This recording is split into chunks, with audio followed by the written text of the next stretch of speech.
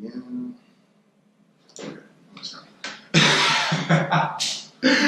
All right, Rodney. So, All right. how's it going? No, we're recording all of this. It's all good. I can edit that out. How's it going? You know, it's funny. I had a friend of mine, and she used to always ask me, "How's it going?" That's what I used to always say to her. "How's it going?" She'd say, "I'm celebrating life." Why do you always say that? Every time I ask you, "How are you doing?" "I'm celebrating life." And then I started thinking about it, and I'm like, you know what? It makes sense. If someone asks you, "How are you doing?" "I'm celebrating life." You've got another day of life. Celebrate it. You woke up this morning. Celebrate it. Why not? You could be dead. You know? Every time I see, case in point, yesterday I went to the beach. Random, just went to go walk on the beach. Speak us a little. I was leaving from the beach, and as I was leaving from the beach, driving home, and I said, I'll take the scenic route, and I'll go a route I normally don't go. It's probably 8:30, 9 o'clock, and I see like a line of homeless people. I mean, every light that I stopped at, and it was a number of lights, and for whatever reason, as I'm driving, it's like I keep getting light after light after light. And I drive a little bit, I come to a stop, and I look to my left, look to my right, and I just see all these homeless people just getting ready to go to sleep for the night. And I started thinking, what is so different between them and me? I mean, it's maybe 100 different homeless people. And that's just in a small block radius. And I'm thinking, why am I so lucky that I'm not homeless? Why am I so lucky I'm driving a Jaguar with the top down? You know? I'm just leaving from the beach. You know? I have money in my pocket. Hell, I had a stack of singles that I had in the overhead by the mirror. And they're on the floor getting ready to go to sleep on cardboard with sheets wrapped around them. Like, how is life so different? Life is just so drastically different between the two of us. And I'm at the light, I looked over, and I see this homeless guy, and he's, you know, adjusting himself, fixing his sheet on top of him. And then I looked up, and like, I have money here, I have money in my pocket, I have money in the bank. And this guy probably didn't even have any money in him. I don't even know how much money was in the overhead. I just grabbed it, I said, "Buddy, hey." And he's looking at me, music up loud, and he's looking at the guy in the Jaguar. He's probably taking out the curse, and I'm like, "This is for you." And I went to throw it thinking it would stay together, and it just went, and then part of me was like, that's such an asshole move. You know, because I didn't really want it to just kind of just separate it. In my head, I was thinking, I'm doing something good. I'm just going to toss it, it'll stay together, and it'll just kind of go out, right? But then it went, whoosh, right? But then the light changed, so I start driving off. But then I start driving, so like, I hope you didn't think I was being an asshole. This is like you see from the movie. It's Yeah. the asshole. Yeah, exactly. So I'm hoping he took it the right way. You know, like at that moment, he felt like doing something else. It just felt like maybe the right thing to do. I always wonder how my life would be different if I had went different path. If I didn't go to Catholic school. If I didn't have, you know, married parents. If my parents were divorced. If, hell, I know a lot of people that sold drugs. If I had went the route of selling drugs instead of actually getting 2 jobs and actually working, how different would my life be? It landed me in Miami, and Miami changed my life. Miami will swallow you. I've seen people come in Miami, and Miami takes advantage of them. And I've seen people come to Miami, and Miami is the best thing that ever happened to them. So, you know, it's twofold.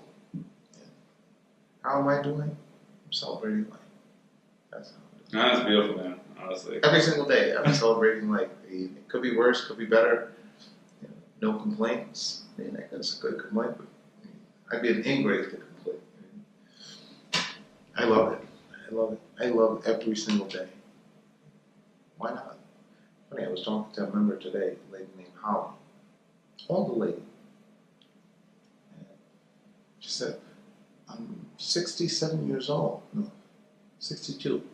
I was telling her there's another member who's 67 67, Henry. And she said, I was scared out of my mind, thinking, I had, a triple fracture right here in the front, and here my doctor telling me to go do kickboxing, and I'm thinking, what is he thinking? I have all these fractures, and he wants me to go do kickboxing. Older lady, very nice lady, and she's scared. She's like, I'm scared out of my mind that he's actually telling me to go do kickboxing. And then I came in, to talk to you guys, and I remember I met you for the first time, and you made me feel so comfortable. I don't know what it is. Maybe it's the way you were talking to me. You made me feel comfortable. It's not how you're supposed to feel. I don't think I'm talking to you any different than I would talk to anyone else. And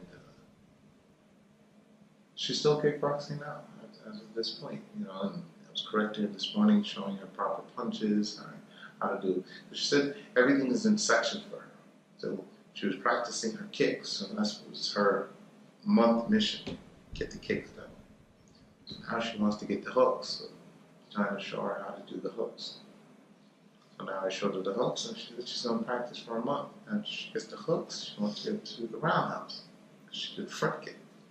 So I like these things, these little things that you can. I call it plant a seed. You put the seed into the ground, you water it.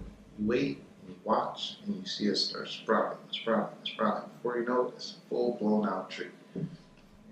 That's how I look at CKO, that's how I look at life. You plant a seed, you put something in someone's head, and you wait to see what it does. What they do with it is actually the best part. I mean, you would hope that you planted it properly, you put it into their mind. It could be the smallest little seed. I mean, what's the smallest seed? Mustard seed. Mustard seed is so small, so tiny. But if you put a little mustard seed into someone's head and you plant it properly, eventually what's going to happen is it's going to grow. How to get you into kickboxing and teaching it over here? Because people always want change. People want change. And how are they going to get change? You got to do something. You got to do something different. You got to do something drastic. You got to do something you probably would never have done. Something that's just so far outside of the box. You look at kickboxing, you're thinking, I'm not trying to fight. I'm not trying to be, Van Damme. I'm not, Bruce Lee. I'm Alex. I'm Rodney. I mean, who am I to be doing kickboxing? But it's not just what people most likely think is the combat aspect of it. What I like about it is that you can actually change people's lives. You'll sit there and you'll think to yourself, all right, well, what can I do? What can I do differently? How can I make life different? How can I make life better for someone else? Like, what's your imprint on life? Albert Einstein has an imprint on life. George Washington has an imprint on life. Kennedy has an imprint on life. There's Gandhi has an imprint on life. There's so many people that have imprints on life.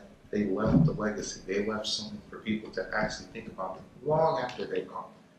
And you think, am I going to be one of those people I was born, I lived, I grew up, became old, I died, and what else is left? What are you going to leave behind? What are you going to leave behind for millions and millions of people to remember you by? CKO may not necessarily reach millions and millions and millions of people, but the people that walk through the door, I want them to say, you know what, I had to work out. At times, I never thought I would even be able to do half the things that they told me to do. Like forearm planks to push-ups. There's no possible way. They're crazy. Even if you don't do 10 of them, you do 5. Holly's thing today, she told me, she was like, never in my life with triple fracture right in the front of my hips. I fractured both sides of my hip. And here I'm thinking 10 side kicks. Never in life. She said for the first time in her life, she was able to do 10 kicks, 10 side kicks. She said, oh my God, I was ecstatic. I couldn't believe I did 10 kicks. Couldn't believe it, Rodney. And she was just like you could see it on her face that this really meant a lot to her. And I sat there and I said, Holly, you can do anything that you want to do. And your body, yes, there's limitation, but your body has to tell your mind, okay, we can do it. And your mind has to tell your body who's really in control. It doesn't matter if you're tired. It doesn't matter if it hurts. It doesn't matter if you're sore.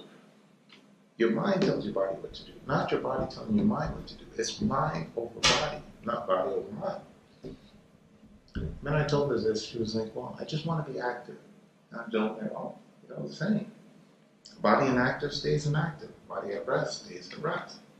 So if you keep moving, you keep trying, you keep pushing.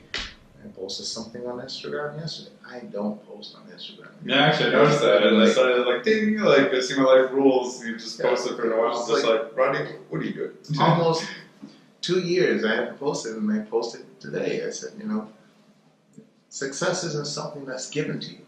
Like, you can't succeed by someone giving you success.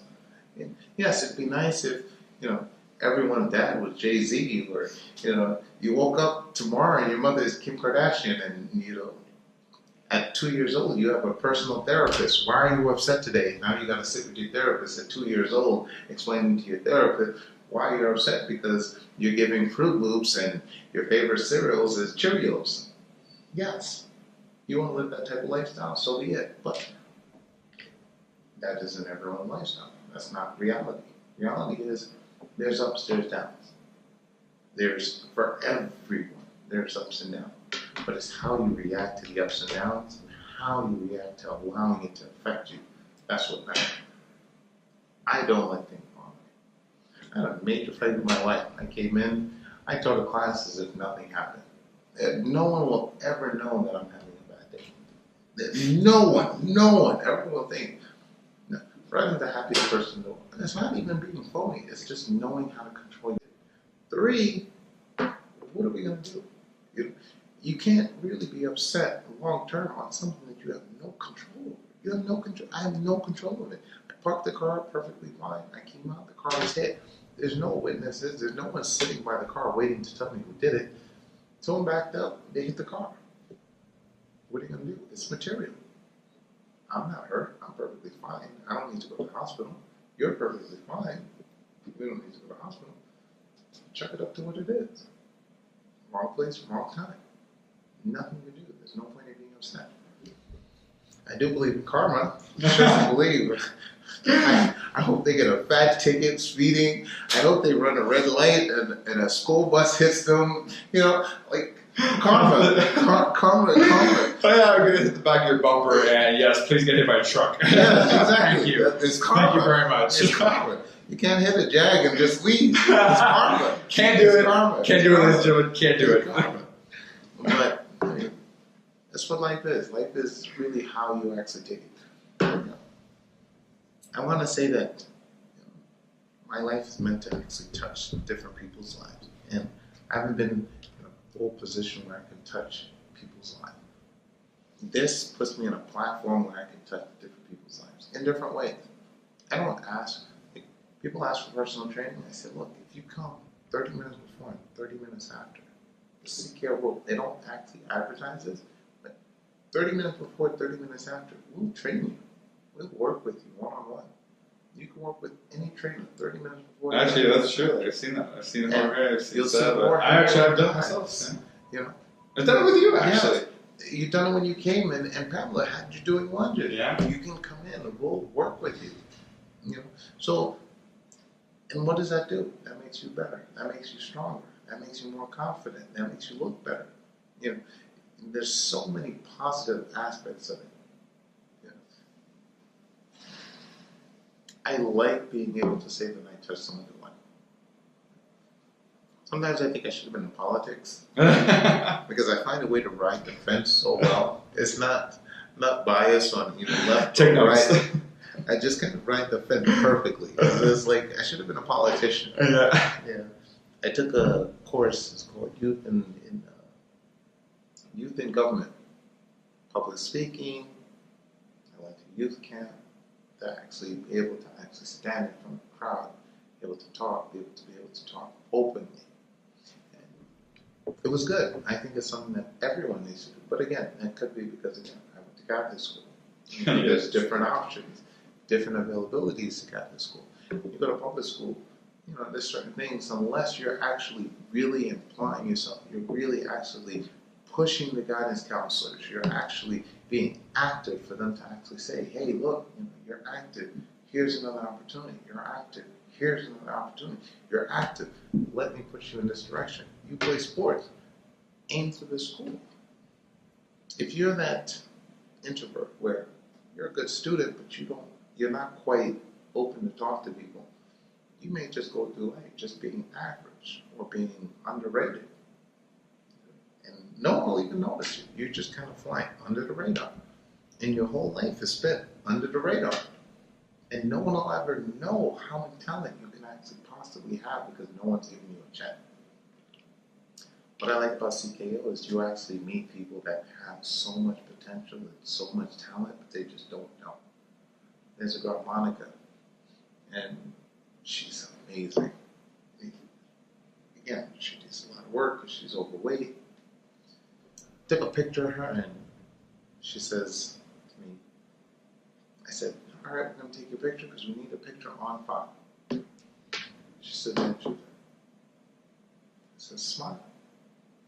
She broke my heart in just a few words. I mean, like, literally, when I said, like, things don't really make me sad.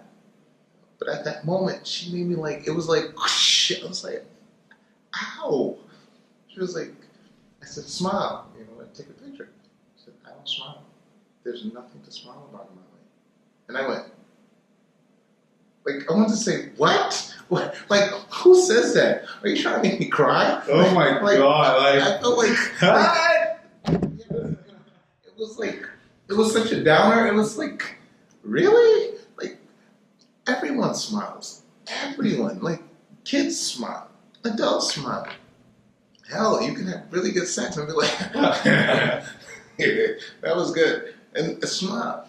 But she said, literally, I don't smile. There's nothing for me to smile in my life. And I went, wow, that's extreme. Jeez. And she took the smile and she was straight faced. And I went, So now, for me, my little brain that just never stops ticking, so it was like tick, tick, tick, tick, tick, tick. I said, anytime this girl comes in, my goal now is to make her smile. That's my goal. That's my mark on her life. I find different people for different reasons. The other day, we're doing sit-ups, and they had the legs up on. They said, "Reach for your toes." She stops. She's like, "Oh, I can't do it anymore." And as I'm pacing back and forth, I'm like, "Come on, you could do it. You could do it. Just go, push it, push it, push it. I'm telling you, you could do it." She's like, "I can't." I said, "If you do it, I do it." He said, 10 seconds, 10 seconds. That's what the trainer screamed. So I said, all right, fine. I'll drop down with you. We only have 10 seconds. We can do it together. You do it, I do it. She's like, all right, fine. And we're reaching for the toes. And although I can go up, I'm like, oh, yes, let's go. We got it. We got it. And we're both pushing as if it was really that challenging. And we got to the point, right to the end, pushed it, turned around, gave her a high five. I said, you did it. You said you couldn't do it, but you did it. You did it. We're not dead. We're done. After that, every time she comes, she smiles. Every time she comes, she smiles. I'm like, back at it again. She's like, yeah, back at it again. I said, look, you're smiling. And she started smiling even bigger because she noticed it came out. It wasn't even forced. It was just in her head. She's thinking, all right, you know what? I'm making progress. I'm making progress. Yes, I'm still overweight. Yes, I still want to hit my target. When she first called me, she said, I'm a little intimidated to come into your gym because I'm overweight. And I said, why is that intimidating? She said, because I'm overweight. I said, okay, I prefer that you're overweight because I know when you come to the gym, you're going to work harder. People that are fit, people that are really strong, people that are really big have this complex. Like, oh, I'm fit, I'm strong, I don't need to do your routine. Oh, I'm fit, I'm strong, I don't need to stretch. Oh, I'm fit, I'm strong. I don't have to do these burpees. I don't have to. I'll skip this exercise. Whereas someone that feels like I have a goal, I have a long-term goal, I have a short-term goal. My short-term goal is just to reach down and be able to touch my toes. My long-term goal is to be able to actually come down 100 pounds. And that's what I love, because that's where I get to actually see people's transformation. And this is where I can impact their lives. And this is where they'll look back and say, wow, oh my God, you look so different. What have you been doing? they'll sit back and they'll say, yeah, I went kickboxing. But not only did I go kickboxing, I had this amazing trainer and this guy named Rodney. And man, I definitely told that story a couple hundred times. He pushed me. He literally just kind of like, even when I wanted to quit, I wanted to just say, fuck this. I'm not done. You know, he's there just kind of like, come on, let's go, let's do it. We'll do it together. If you honestly think you can't do it, I'll do it with you. And that just, it's, for me, it's priceless. My wife hates it, but it's priceless.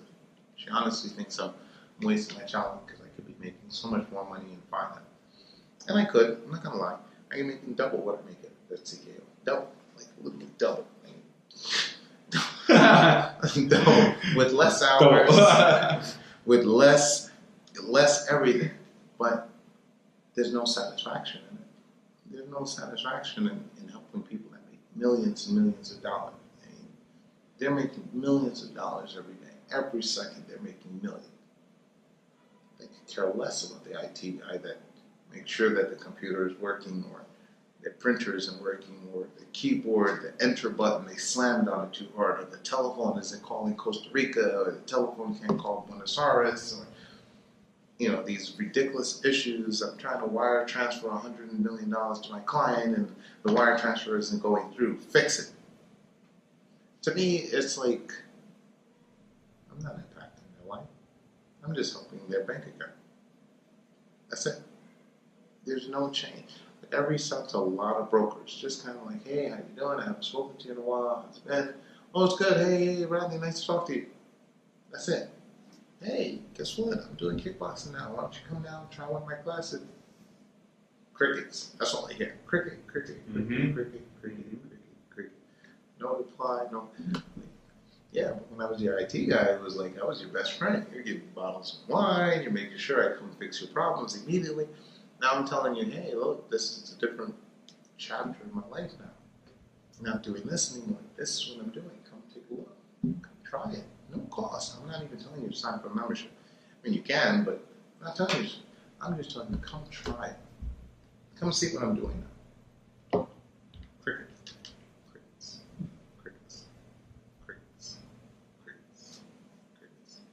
So it's interesting because people are weird. People are weird because there's no way of actually impacting someone's life until you can find what it is that they want the most. And when you find what it is they want the most, that's when you can actually interject into their life. Anyone that walks into CKO, you already know what their issue is. They'll come in and they'll say they were with another trainer and the trainer was terrible. Okay, fine, I know the angle.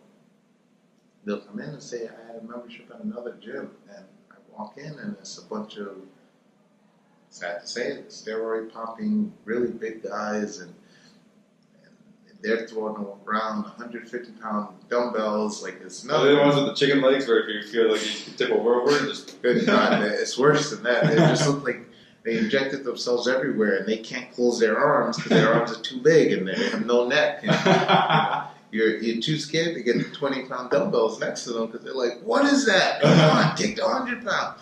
So, the CKO, there isn't any of that. There's no mirrors. There's nothing. It's just life. It's just your life being able to change. How do I change your life? When you walk in, how can I change your life? This is what I think everyone that comes in. How can I change Alex's life? When you come in and looking like, hey, how's your day going? Hey, you smile. Hey, Alex, hit that back hard. Hey, Alex, come on, push yourself a little more. Hey, Alex, did you meet this person? Oh, wait a minute. You know what? This girl is single. And she wants to mingle. You know, hey, Alex, did you meet such and such? You know, it's, I like being able to change people's lives. So not necessarily change it, but just impact it just a little bit. Just interject a little bit of Rodney on different points of people's lives. And if I can do that, and do that for a number of different people in a number of different ways, I'm happy. I'm happy. And I don't want much out of life. Good food, a drink here and there. I wish I could say smoke, but I can't. Good sex. And a good bed. That's it. That's it. I mean, I'm simple. I'm very, very, very simple. Doesn't take much to make me happy. It really doesn't. Somebody was to bring me a pan of lasagna, you know, with a lot of chunks of ground beef, not like the little mashed one, but just the chunks, so it's nice and hearty. Oh, you'll see me like a big kid, like on Christmas Day, getting ready to open up a present because I'm a foodie. So, yeah. Doesn't take much to make me happy. Doesn't take much. And that's life for me. But how's life in Miami for you? Because I know how Miami has treated me. Miami has treated me really well. I mean, like, really well. I've had more experiences in Miami that have changed my life forever. I've experienced in Miami that I will never ever forget. I've done more things in Miami than I've ever even imagined even coming close to.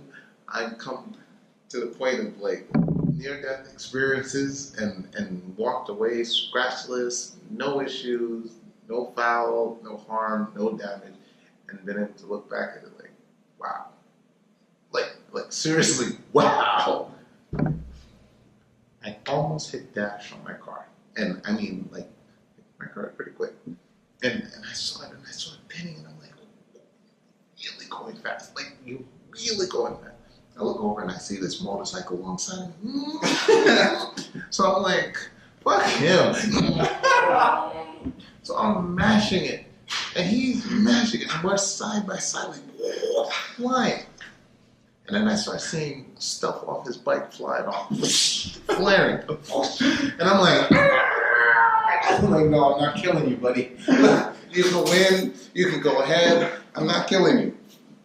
Yeah. At that point, all I kept on thinking, this bike's just going to go flying. It's going to be some asshole in the Jaguar with the top down, loud music, speeding, racing a motorcycle, and the guy dies. And then, next thing I know, I got investigators knocking on my door. I was like, no, sorry, buddy, look. If I had to fall back to let you live, so be it. You know what? I saved your life. You could thank me later or whatever.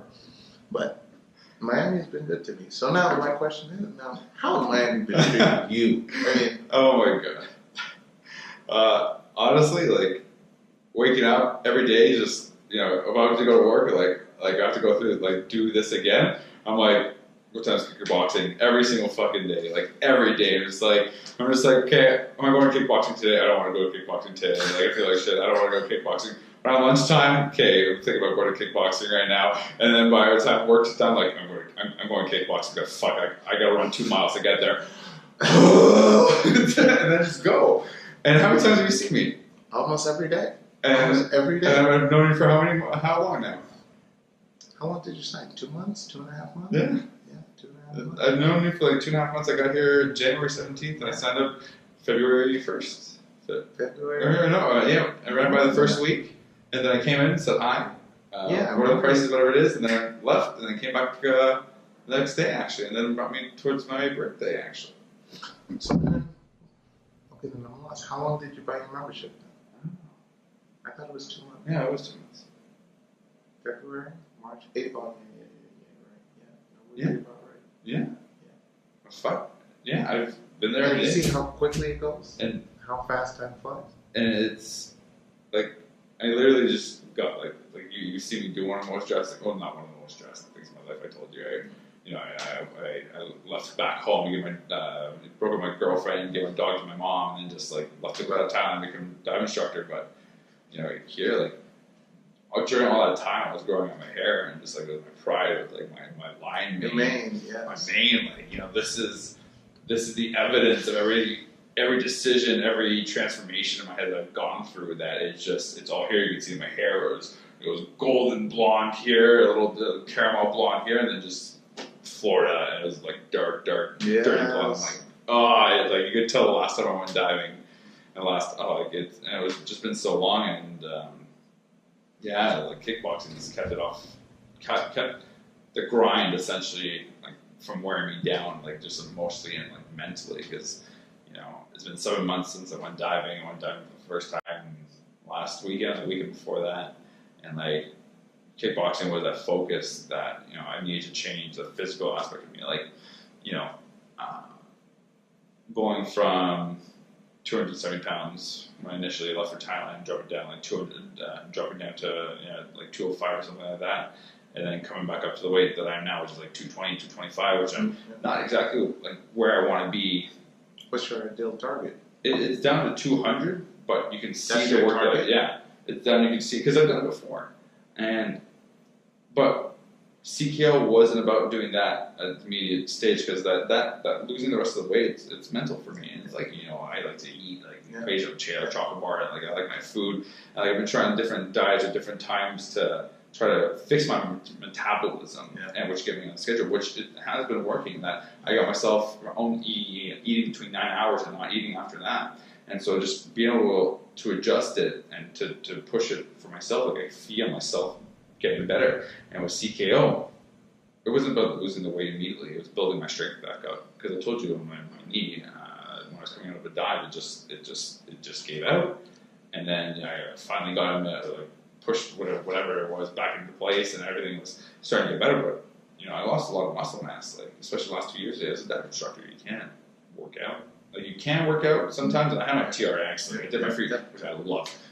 Do my free body weight stuff, but I had one day between 5 days because you'd be diving in the morning, 6 a.m., and diving all the way until night, which is our last dive is either 7 or 8 o'clock at night, or we do a night dive after the sun goes down, so you bring it to like 9, 10, and then you have to wait 4 hours before or after workout.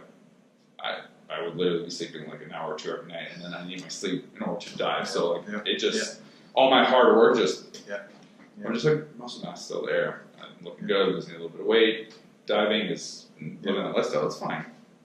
Then when I got here, started working the yachts and all that stuff, especially spending 4 months in Fort Lauderdale. I was sitting next to Wi-Fi, just trying to save money, like not buying cell phone plans, whatever it is, like just waiting. Like I had to get my mind that was going like chug everything. So there's a flow, and then I think I made that mistake of not taking the job. Actually, I don't think I told you about this, but I had a job lined up for working down in the Caribbean on a catamaran as a deckhand.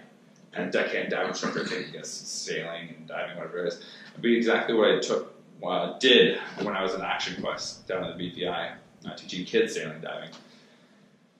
I had this job lined up, everything was ready to go, and I had to get my certifications. And then when my plane ticket was coming up that weekend, I met someone that you meet key people that are supposed to bring you where you need to be. And someone was named Lauren, and she was my crew agent. She's like, "Don't go." Like, the job I was going for would pay me like I'd be doing the exact same thing I'd be doing with Action Quest. Mm-hmm. Nothing wrong with that. But my mantra that I've been going on is obviously it is go with the flow, but also if I'm not stepping forwards, I'm stepping backwards. Correct. And that felt like I was taking a side step, which is still not moving forward, Correct. so I'm moving backwards. So I'm just like I could do the same thing that I was doing before. I had a great time, but the pay is like $1,000 a month, and with yachting itself, it's $3,000. And it's not. It's in U.S. It's in European, whatever it is you want. But I'm doing what it is that I love, traveling. I'm doing what it is that I want to do, which is diving, and I'm going to get paid what I feel like I'm worth, and obviously work for it. But I mean, correct. I want to end up. With doing this kind of journey wasn't about making money. It wasn't at all. But it comes up to a point where you have to be able to have money to do the things that you want, what that you want in life. And like, for example, like me, I'm actually able to do this now where I'm able to talk to people and tell those stories. But I want to be able to still have that impact to people that I meet in everyday situations like that we've been doing right now, and to just travel the world and meet and inspire those. But here's my question though. All right, so you're going to travel the world, you're going to meet people, which is good. I mean, I think everyone should travel because it opens up royalty and like cultural, just architectural. Everything is just different everywhere that you go. I mean, the beach is the beach. Anywhere you go, there's water, there's sand. It's the beach. How are you changing people's life? Are you impacting people's life? How are they going to remember you? When someone asks me, yes, and Kyle, you're like his best friend in the gym. I mean, like he asked, Alice come? Alex come? You know, so he always asks. Anytime he's there and you're not there, he asks, hey, did Alex come? Is Alex, hey, did you see Alex? There's that bond there. Let's say now you go on to the Bahamas. Right? You're going to meet a whole new slew of different people. However long you'll be in the Bahamas, however long you plan to be there, and then you go for your next location. And each time you go to somewhere, how do people remember Alex? How is someone that, if I'm saying, hey, oh my God, you know Alex Harris, Alexander Harris, big name. Oh yes, Alex. How would they actually speak of you? How would they describe Alex? What's your mark on people? Mine? Yeah. Actually, did I tell you that story of the Scottish girl who came when I was working down over in Thailand? There's the one that does the handprint on the wall. Oh no! That was it was a girl that I met when I was in Thailand. She came on a liveaboard. She came on a boat? A liveaboard. Okay. So basically, you live on a boat for a week. Anyway, she came down with us, and we met a bunch of other people. I thought she was part of this one giant group, but we got to meet all of them and became friends with all of them. And she was in a different group, and I had Dave and Michelle, and we had a freaking amazing time. We were basically just all instructors. It was just three of us diving everywhere and going on, our little adventures underwater. And so I got to talk to her over time, and then she said that she was leaving down in Australia for a couple of weeks, and then she was going to come back because she really wants to do it again. So, oh, cool, see you later. That's it, done.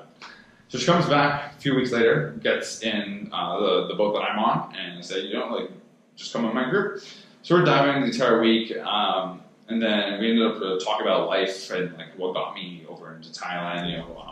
My fraternity brother passing away. I think I told you about that. But breaking up with my ex, selling all my stuff, and just leaving, and just trying to essentially change who it is that I thought I was, and turn myself into the person I could be, get to the next level.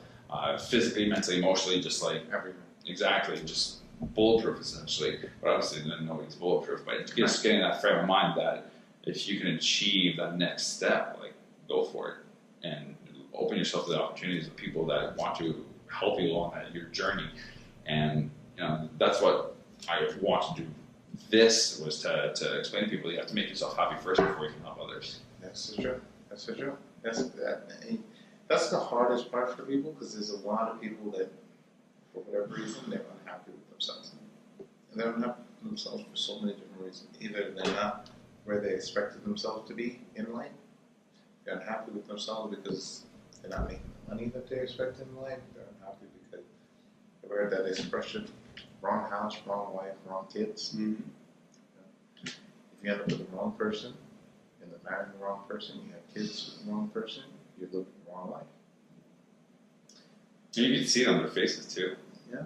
You can see it. I've seen it. They're not happy. They're not happy with themselves. They're not happy with their life. That's what I told my mom. Go ahead. No. That's what I told my mom is that, she's like, oh, why don't you get a real job? When I started doing the dive instructing stuff, I'm like, I just finished 6 years working as a DJ and event manager, doing weddings, corporate events. I just stopped being a restaurant manager of Pita Pit, which I don't know if you ever had it. Pretty amazing. It's like Subway, but a million times better. And her idea of a real job was the government job. And I can tell you exactly what it's like. My friends have worked in the government. And they do the same thing every day, 9 to 5. Yeah. Go into work, waiting 2 hours in traffic, get back home, complain about work all week. Friday comes around, they go out drinking all night. They'll go drinking on Saturday. Sunday, complain about the hangover, and back to work Monday, just bitching about the same thing and doing it all over again. Every single week. And I can tell you exactly what they're doing at home right now. I can tell you exactly what it is. Not that there's anything wrong with that. If that's what makes them happy. That's their life. But when I've talked to people that I saw a certain image, because the way I see you is different that you see yourself when you look in the mirror. Correct. There's two different sides, and your perception of reality is a lot different from mine, and vice versa. And when I look in the mirror, I'm just like, I saw the Alexander that I could be, that I could achieve, but the Alexander that I am right now, I'm just like, this is not where I want to be. But I see him 5 years from now. When I was 25 when I started doing this, I'm just like, he's 30 years old, and like he's a man. He's the confidence. He's the everything I'm not right now. And you know, how do I get up to that? Well, I gotta lay the foundation. I gotta start building from. I gotta start at some point in order to do that. And that's what I was talking about to Shelly about. And she's just like, I don't want to go back home to being dive support for oil companies, whatever it is. I'm like, then don't. Like, you don't have to do it. Like use my example. Like, you can literally leave to, like, you can literally die tomorrow. Use a Reef's example. You can literally die tomorrow and wake down with your life. Yeah. What's stopping you right now? Yeah. You have no kids. Like none of this is wrong. Like you have no kids. You have no boyfriend. You have no ties. You don't have to go back to your job. Like you're financially stable for the time being. Like, just take a chance. Like, there's nothing stopping you. Yeah. She's like, you know what? Like, you give me a lot to think about. And then that was it. She went back home. That was it. Done. And I said, you know what? You gotta go with the flow. And if you ask the universe for something specific, it'll come to you as long as you put it into work. And that's it. A few months goes by. We're starting working down in the British Virgin Islands. I left Thailand. On the other side of the planet, I go to start working in the Caribbean, teaching sailing and diving. On the last day of the third month of our last third session, or last session, which was the third session, we're having a barbecue on the dock, which is our main home base, and everybody is having their hamburgers. The staff are sitting over here. The students are over here, and one of the staff instructors comes over to me, and he's just like, Alex, your favorite Scottish girl says hi, and that Canada sucks. And in front of everyone, I'm just like, shut the fuck up. Turns out she ended up in the same place that I was, across the globe, 3 months later. No, it was 6 months later, in the same place, right down the dock, and she got a job as a pastry chef, which is what she always wanted to do. And I told her to follow her intuition, and I'm like, just say whatever it is that you want to do, and pursue it. And she told me she wanted to become a pastry chef, and she actually did it. And you know what the best part of this was? The same restaurant that she got hired at, which is right down the dock from where we were, is the same restaurant that I DJ'd twice before when we came back to exchange the students. You serious? Yeah, I'm 100% serious. So she came to the island. She's like, yeah, I'm looking for my friend Alex. He's tall, and they both look at each other. The owner and the manager, they're just crazy blonde hair, really tall, big guy. And she's like, yeah, how do you know him? He comes by the dock all the time because they work with Action Quest. And she how does that happen? What is the probability of that happening? Yeah, that's why I said the world is small. People think the world is a big place, but it's all connected. Like, how many times have you thought about someone, and then they messaged you, or they phone called you, or they say, hey, I was thinking about you the other day. And that's what I always tell them, you're going to live a long life. That's always the saying, you're going to live a long life. You know, it's weird because even just recently, I was telling you, yesterday, there's a security guard that always comes by the farmer's market. Always. Every time Marcel walks by, I say, yeah, I'm going to come, I'm going to bring my girlfriend, she really needs it, she wants self-defense, yada, yada, yada. And I'm thinking to myself, well, sure it's for her, or it's not for you. It's not flimsy, real skinny. I'm thinking, all right, bring her. Every time he says the same thing. Hey, yeah, I'm just thinking about coming and bring my girl. I said, no problem. Yeah, bring her. Yesterday he came to me and he says, yeah, I didn't forget about you guys. I'm going to come. There's so much stuff that I want to do in my life. I just haven't found time and a way to get anything done. It's like every time I turn around, you're in videos, you're on Instagram, you're in the gym. I see you all the time. I said, well, you got to look at it like this. When you find your niche, when you find that thing that you actually like to do, and you make that your source of income, it's not work.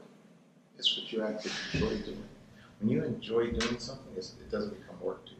It doesn't feel like a place you're going just for a paycheck. You're going there because you actually like it. When you like going somewhere, when you like actually being in a place, you can be there for hours. Yes, you'll be exhausted. Yes, you'll be tired. But you know what? You like being there. So I told him, I said, if you really want to actually find, because he was like, yeah, I haven't found mine yet. I'm doing security, but that's not really what I want to do. I said, what do you want to do? I don't know. I said, well, when you actually figure out what it is you want, what is it that you like to do, said, change one little thing in your mind. That's it. Just one little thing. Just believe that that's really what you want to do, and then you'll actually see that thing that you believe in reality. You see it once you believe it. Once you believe it, once you believe, all right, you know what? I'm a captain of my own ship. I'm dive master. I'm whatever. Once you believe it, you'll see it. Once it's one of those things where, all right, you know, one day it'll be nice. You're not believing it. That's not conviction yet. Once you believe it, once you wholeheartedly believe it, then you'll see it come into reality. But until then, it's just a dream. He's like, you know, you're so right. You know, I appreciate talking to you. You know, you're a solid brother. That's what he told me. You should try my class. Someone posted a review on Google. And she says, I stopped by CKO. I was interviewing for a job, and I don't know if I got the job.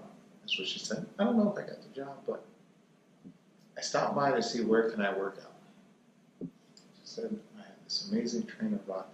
He was so nice. The guy was just easy to talk to, very pleasant, asked me what my plans were, what I was trying to do, what I was interviewing. He told me that I would get the job, everything went well. And then we started training. And then he put his gloves on, and he just turned into a beast. He made me work. This girl that left me, the little baby seal. She said he went from the nicest guy in the world to like so intense, I wasn't even expecting it. I didn't know it was going to be so intense. And she left a really nice review. She talked about Fernando and how well, you know, how personable he is and everything else. And so when she finally moves to Miami, she knows where she's coming to work out. And I started sitting there and I started thinking, you know, if everyone that, if we have the option of picking people that actually can work at CKO, I would only pick people that I know would actually honestly try to impact people's lives and not necessarily there just for a paycheck. Yes, the paycheck helps because at the end of the day, we all have to work. We're not all born with silver spoons. Mm-hmm. So we have to work.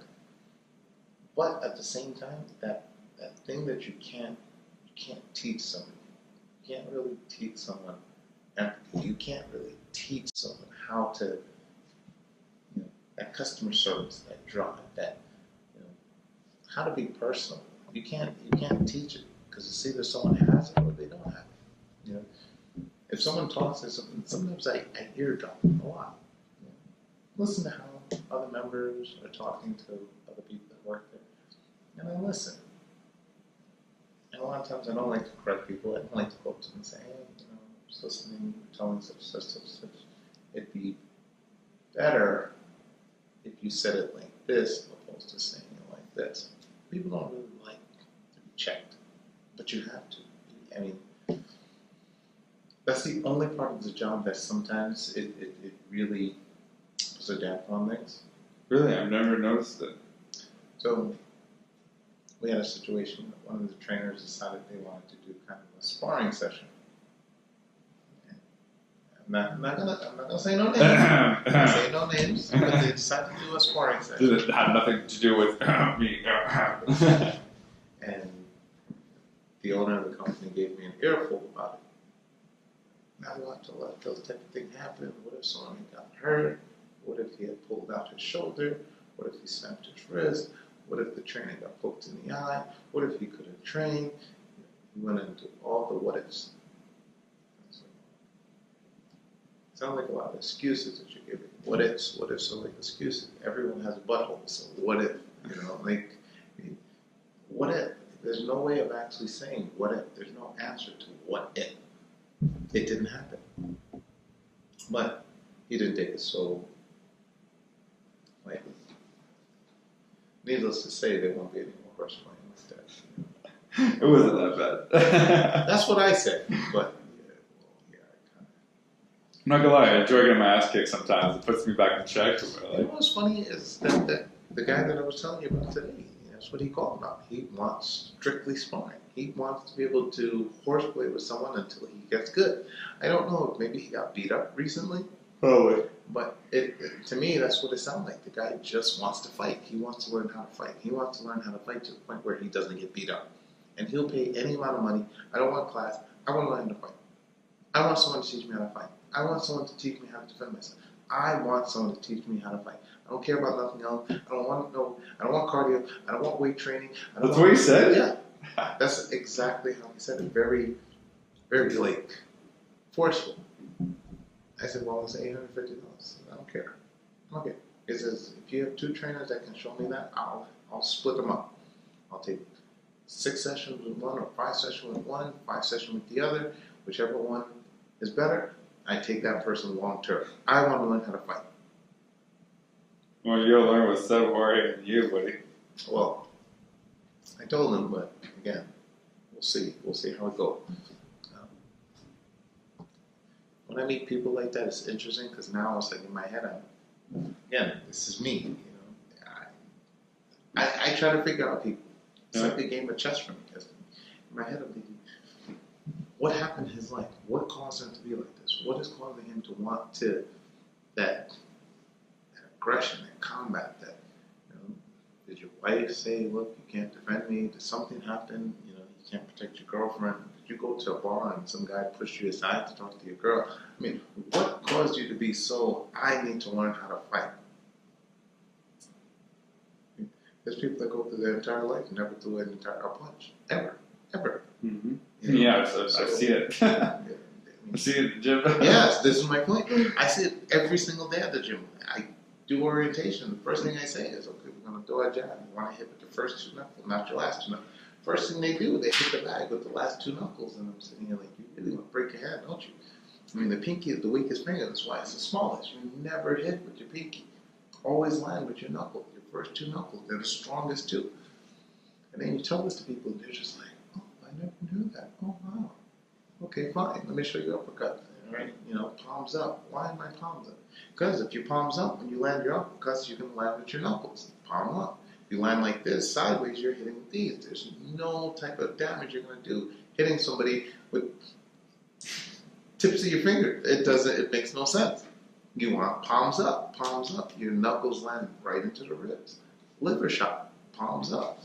You know, they're like, oh, makes sense. And it's like their light bulb. It's like you just pull the trigger. You know, and they think about these things. Again, not to deceive. They may never have to use it, but if ever they get into a point where it's like, okay, fine.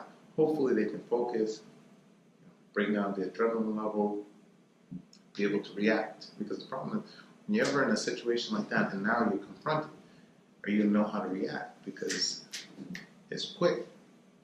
You got to throw a punch to someone. Are you thinking, okay, let me figure out, okay, well, what combination? Where do I hit him? How do I hit him? Where's my foot?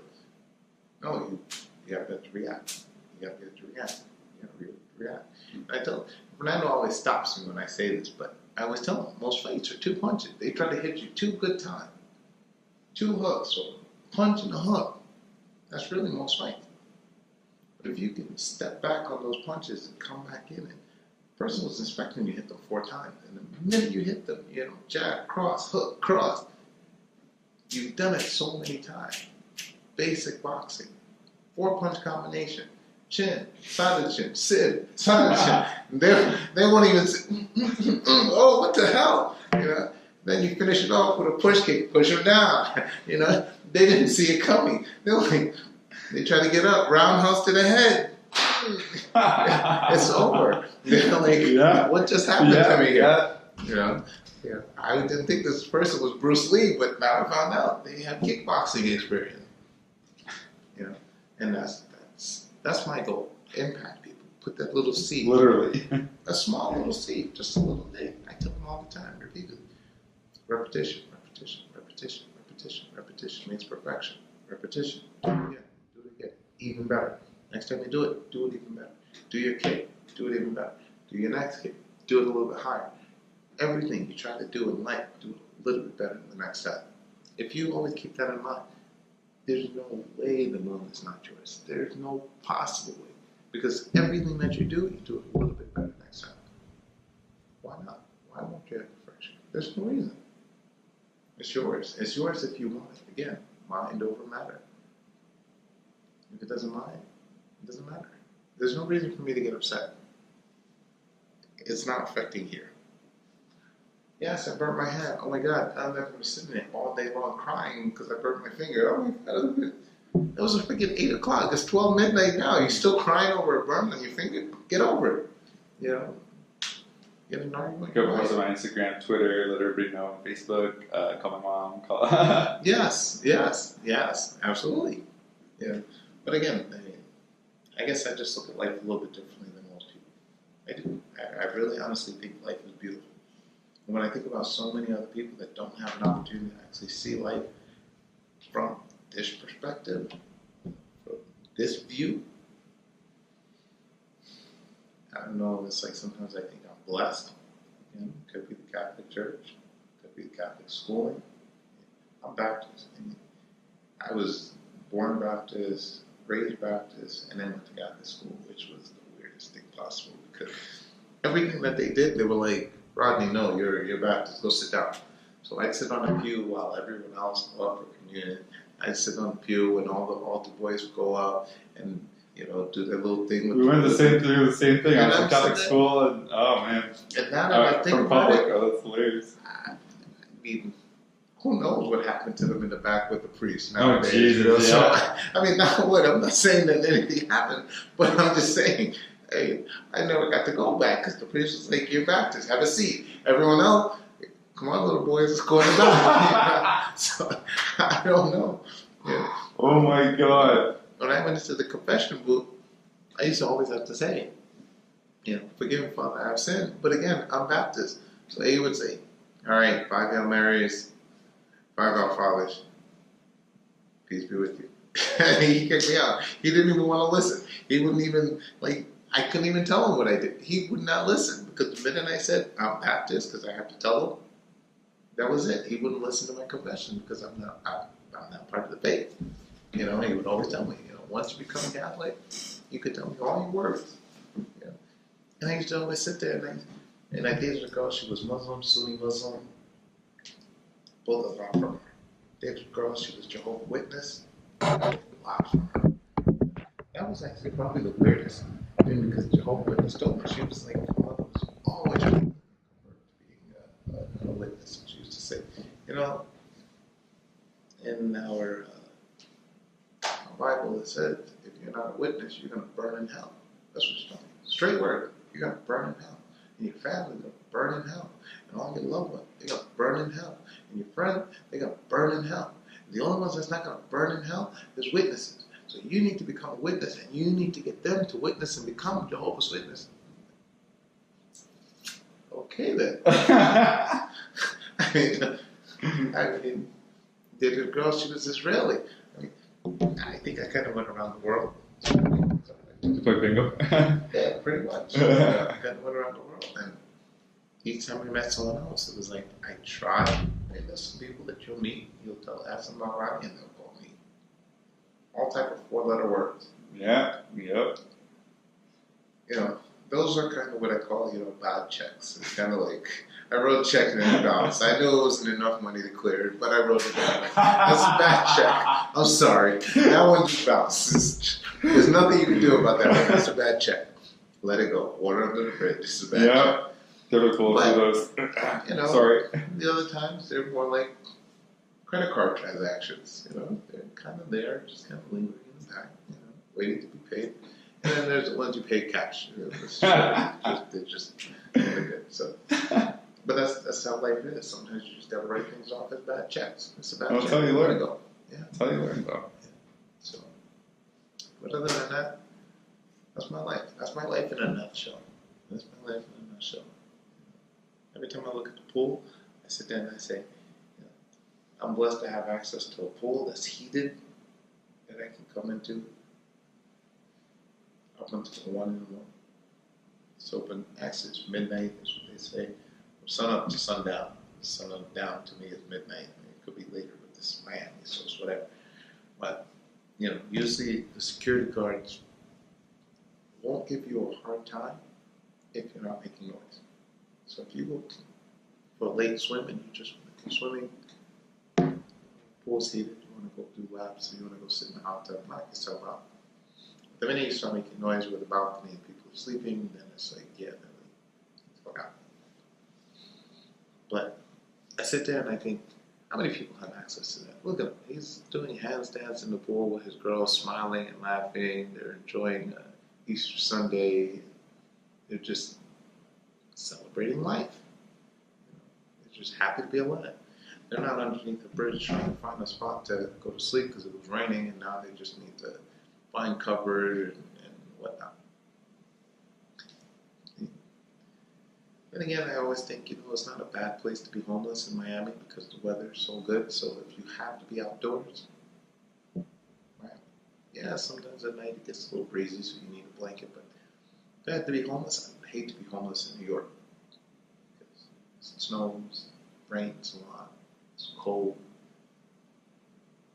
No one's going to drive down New York in a convertible Jaguar and throw money out the window like, "Hey, you buddy, it's for you." I think about it and I'm like, I don't even know how much I threw at it. I was drinking a lot of Jack, so it was kind of one of those Jack moments, And I didn't even remember about it until early this afternoon. I was sitting in the gym. I went, oh yeah, I do have some cash because I was thinking I might have to charge or go to the bank, and I wanted to go pick up the beer. So I was thinking, do I have cash on me? I was like, yeah, I do have cash, but I'm like, oh shit, I don't have cash. And I was like, what the hell did you buy?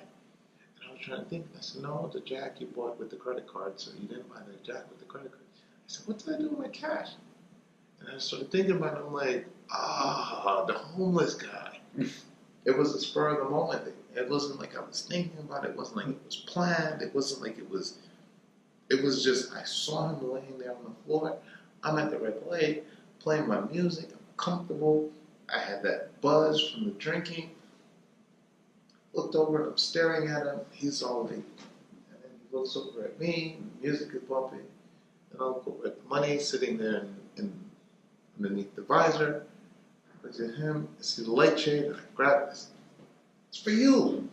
And I'm thinking, like really in my head, the way I pictured it in my head is that it would just kind of fly over to him and land next to him. Like literally, it made it past the door and just went, like reverse. Like it's almost like you're trying to come back into the car. It was just like from his point of view, it's just like, yes, the guy just threw money at me out of a Jaguar. In my head, I'm thinking, what the fuck were you just thinking? Like it felt like a strip club. Like I just tossed it at the woman, and it just kept just turning, and I'm like, and then I take off like, and then when I realized what I just did, now I'm slowing down. Like I hope I didn't just toss all that money. He's not even getting up. Like seriously. So I'm driving slow because I'm thinking, turn around and go get it because you should do. I don't even know what I do. And then I'm driving and I'm looking and I start getting. And then I start seeing him getting up. I said, all right, and then I said, you know what? That's called karma.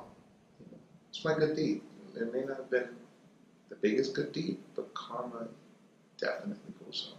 You put it out, and I guarantee you good things. Good things happen to good people. Do something for someone else, trust and believe it's going to come out. Promise you it will come out. It's out of the universe. Put it out there. If more people, if every person on this planet said, let me go out, just do a random good deed, just one random good deed, one random small good deed. Just imagine how better the world would be rather than, let me go out and snatch this person's pocketbook. Let me go out and bust this person's window because they left a backpack in the back seat, or, oh my God, someone has a GPS, let me break their window. Oh my God, look, they left their iPad in the car, a cell phone in the car, or whatever. Oh, look, it looks like their whole family is leaving. Let's break into their house. That random good deed can outdo so much negative, because that guy probably sitting there like, oh, I'm going to go get something to eat right now. Oh, I can go buy beer, or hopefully not, but man, I can go buy some meth and I can get that fixed. Whatever that moment is. Maybe for that brief moment, you said, you know what? I have enough time to call my daughter. I'm going to call her. Hey, this is Dad. I know I've spoken to you in years. Where are you, Dad? I haven't seen you. I miss you. Come home. I'm under a bridge in Miami, sleeping on the floor because I'm too ashamed to come back home. Why are you calling me now? I always wanted to call you. I never had the opportunity to call you. I didn't have the money to call you. And I didn't know what I was going to do. And then something good just happened to me. And I was thinking, you know what? Maybe that's it. Maybe this is what I do. that little bit. Who knows? Well, who knows? You never know. Only one time, I went to the Publix here, same one that we tried to go to. So this guy was picking fruits in the fruit section, all in the back, and I saw him looking at all the fruits. Like he would pick up the apples, he'd look at it like homeless guy. I mean, he reeked like he smelled like he shitted on himself. That's how bad he smelled. He was looking at the apples like he wanted to just eat it. He put it back down, kept moving. Okay, finish shopping. I get outside and he bought ramen noodles. Ramen noodles is just the noodles. It comes square. You have the boil numbers. They get soft, and it comes with like this little pack of seasoning. Put the seasoning on it so it gives you a flavor. Eating it direct. No boiling, no water, no seasoning, no nothing. Just eating.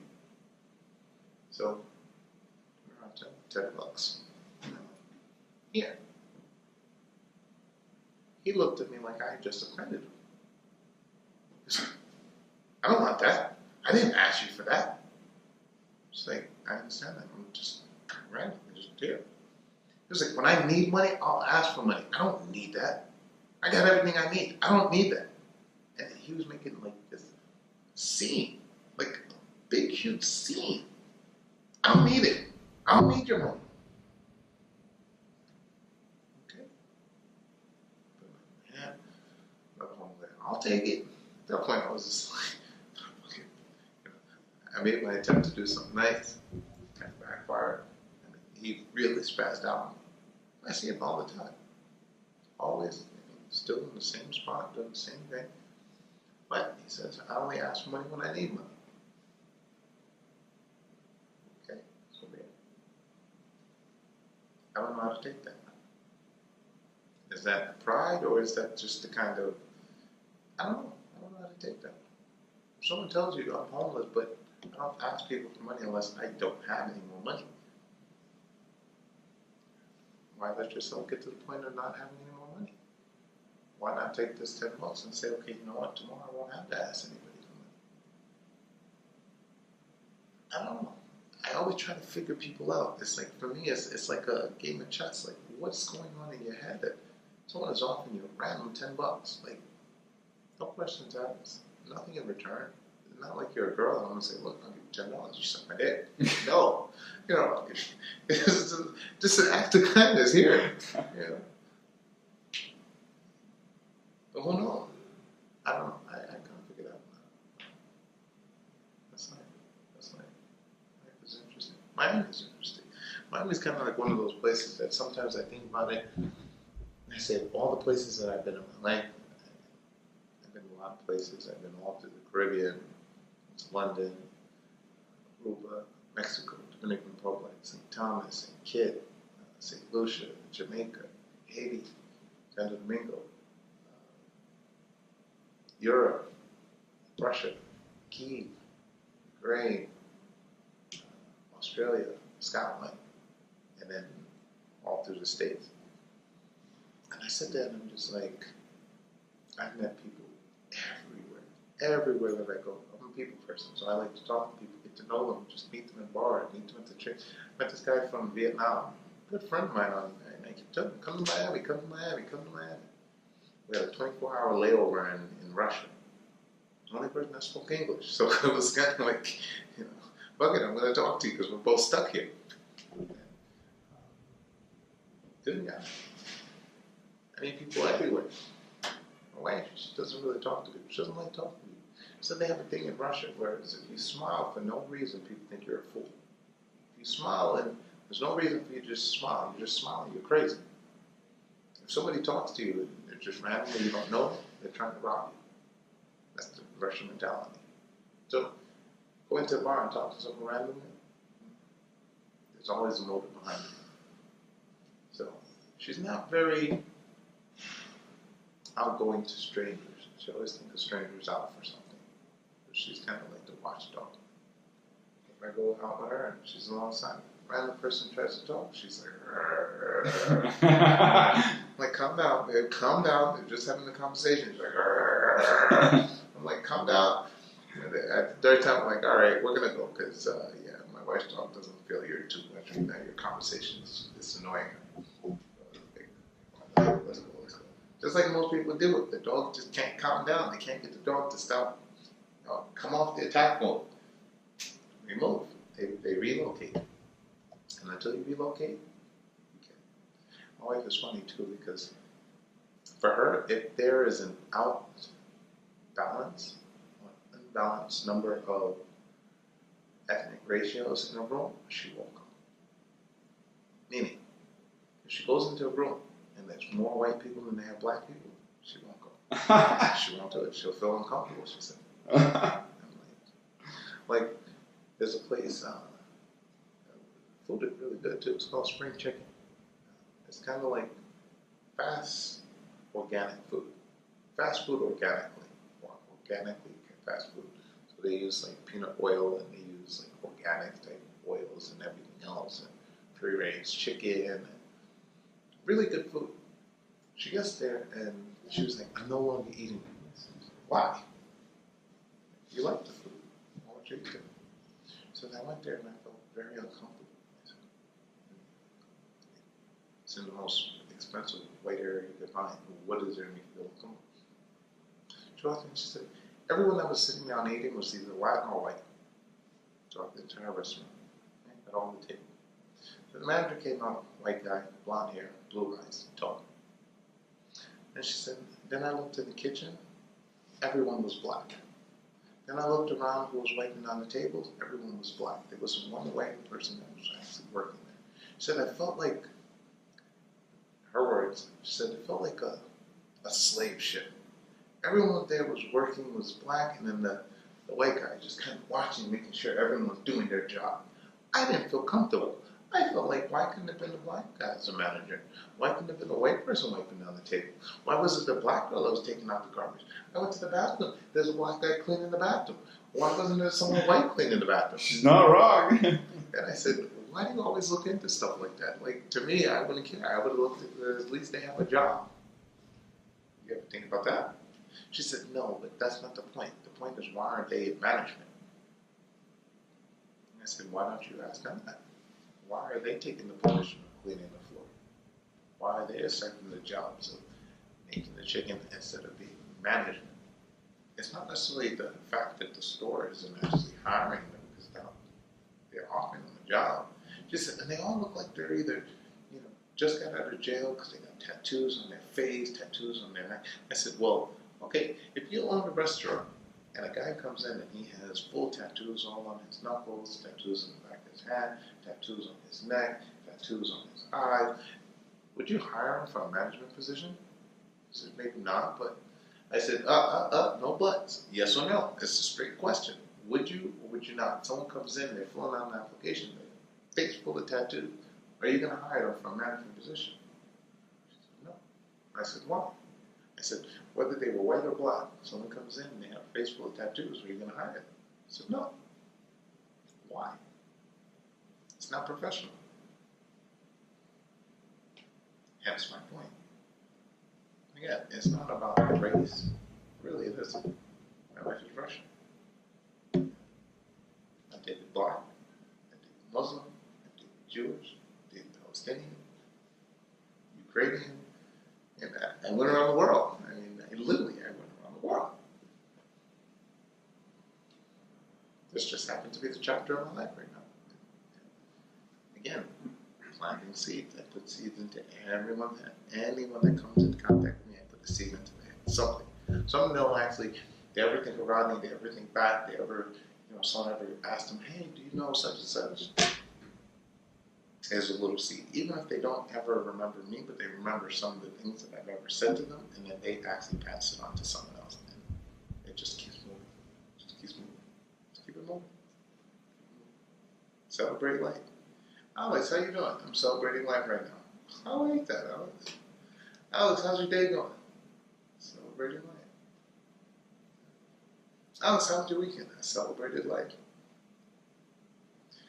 I guarantee you can go to Hopkins Hospital, biggest cancer hospital in the world.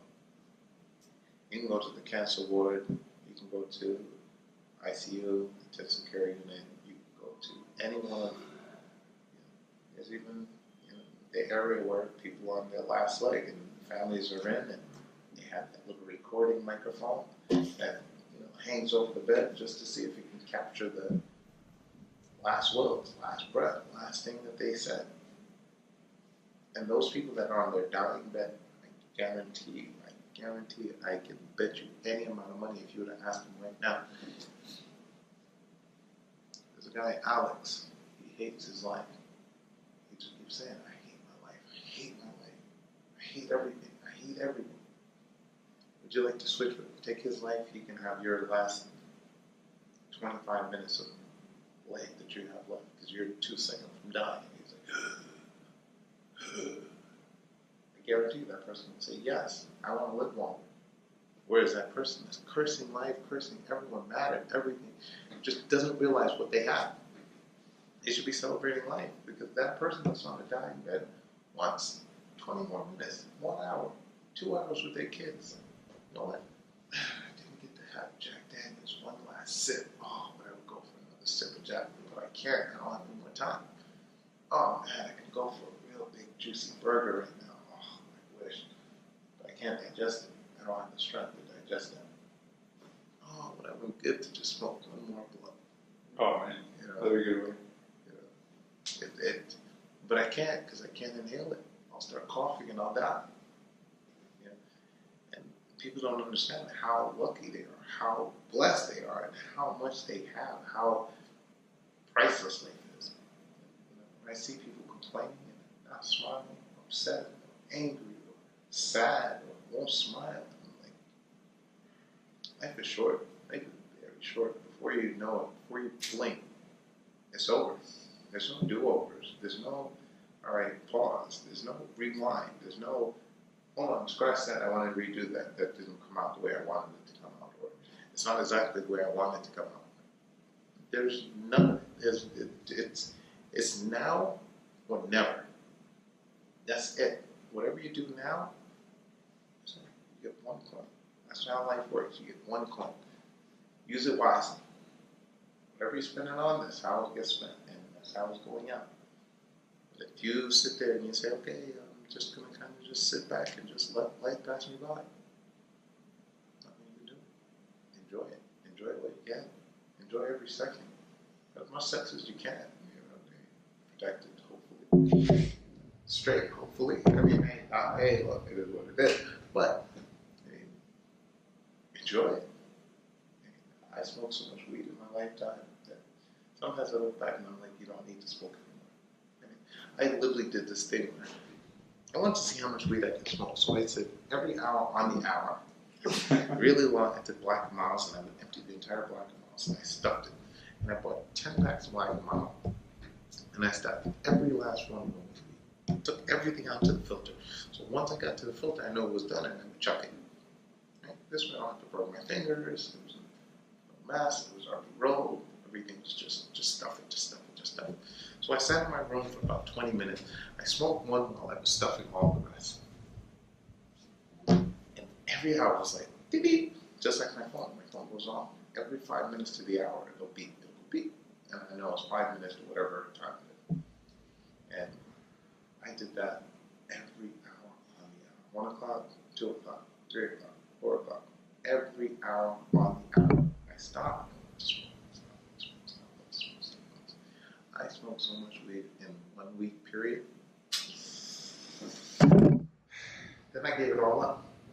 Now I haven't smoked now. It's been almost 3 years clean. Oh, damn. Yeah. 3 years. Do I miss it? I don't miss buying it because I always thought that it was kind of pricey. Sometimes I miss the feeling more than the act itself. When you're smoking, I was like, yeah, it's good. It smells good. It smells good. Yeah. Did it make me want to take a pull? No, I don't have that craving anymore. I think I lost that about a year ago or so. Because before, it was like, oh, fuck it, I can't. Now it's like people smoke around me and I smell it and it doesn't affect me. Cigarettes is another one. People smoke cigarettes, I don't get that. Can I have a cigarette? It doesn't affect me. You always say you're 1 blunt or 1 cigarette away from either pack. So if you ever have that craving, like, well, it's only just one cigarette. I'm just gonna have one. That one cigarette is one pack away. Because you smoke that one, and then you want a pack, and then you're gonna go buy a pack. You say that almost about food too. Yeah, same thing about food. So what I'm having a problem with right now, but it's Well, I mean, for me, I'm a foodie, so like my stomach is tossing in circles right now. But again, I'm a foodie, so I mean, I like to eat every hour on the hour. So I do meal preps and I cook a lot. So it's different. I guess that's pretty much all I have. I don't know what else to say. oh yeah, you only been going on for. I told you, time flies by. What's the time reading on? Right now? I think it's done because it's showing me a battery. So Oh. I think it would just kind of. That. Oh no! Don't tell me it's. Holy shit! You ran out the battery. When did it start doing that? Oh, 15 minutes ago. No. Oh, did we get it? I think we did.